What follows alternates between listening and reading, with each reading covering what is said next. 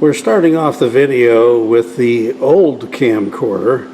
This is a Canon handheld camcorder that's pretty old. It's been very good. I've enjoyed using it for literally decades, so that should tell you how old it is.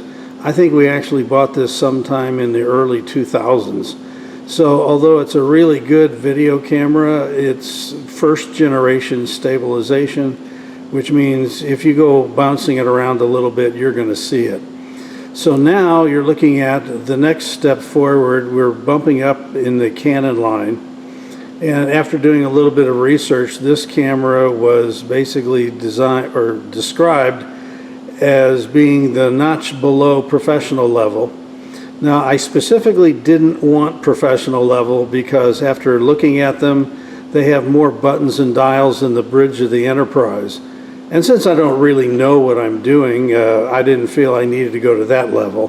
That's kind of like starting to play golf and you go out and buy Tiger Woods' set of clubs thinking you're going to play like Tiger Woods. It doesn't work that way. You have to earn your stripes. So this is the next up level for me. This is the new Canon that we're going to be using from now on. And it has much better stabilization. It's got many features on it that are really nice, that I like, and I can just tell that this is going to be a much more effective camera for what I'm trying to use it for, recording train videos and train shows and that sort of thing.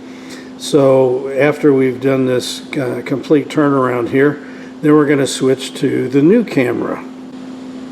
Now here's just a quick shot of the old camera. You can see how old it is. But it's been a very faithful servant for many, many years, so I'm still quite happy with it. And I think I'll put this in my car and keep it handy in case I run into some trains while I'm traveling for anything. While we're sitting here at the workbench, I wanted to move over just a little bit.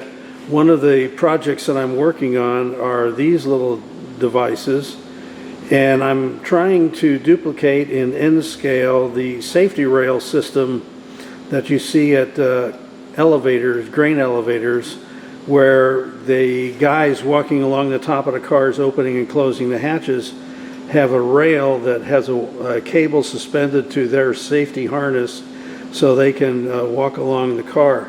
Now this is just a quick representation of kind of how it would look, where you're going to have the metal parts, the support beams above the car. You're going to have a wire hanging down and guys walking across the top of the car. So that's the project that currently is on the workbench. You can see that I made a template to build these where I can bend them to exactly the same dimensions for each one of them. I've got them all cut and bent. Now the next thing I'm doing is soldering them at the joints, filling in the gaps, and then filing them smooth. So then we'll move on from there. But this will all be covered in the next issue of the main line.